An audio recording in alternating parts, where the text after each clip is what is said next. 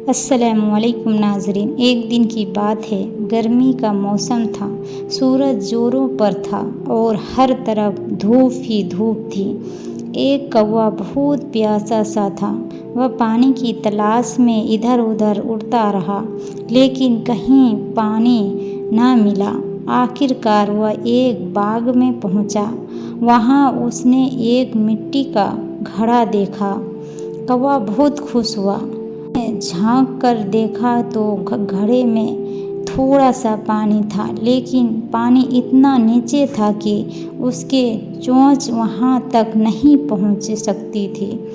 कौवा कुछ देर सोचता रहा, फिर उसके जहन में एक तरकीब आई।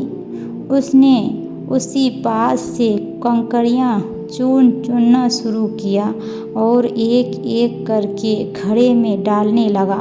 जैसे वह कंकड़ियां डालता गया, पानी ऊपर आता गया।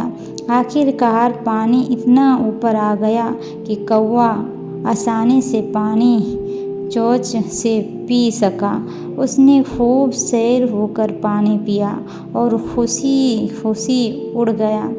अखलाकी सबक: मुश्किल वक्त में भी हिम्मत ना हारे, अक्ल से काम ले, कामयाबी ज़रूर मिलेंगे इंशाअल्लाह। वीडियो पसंद आए तो सब्सक्राइब, कमेंट, शेयर ज़रूर करें।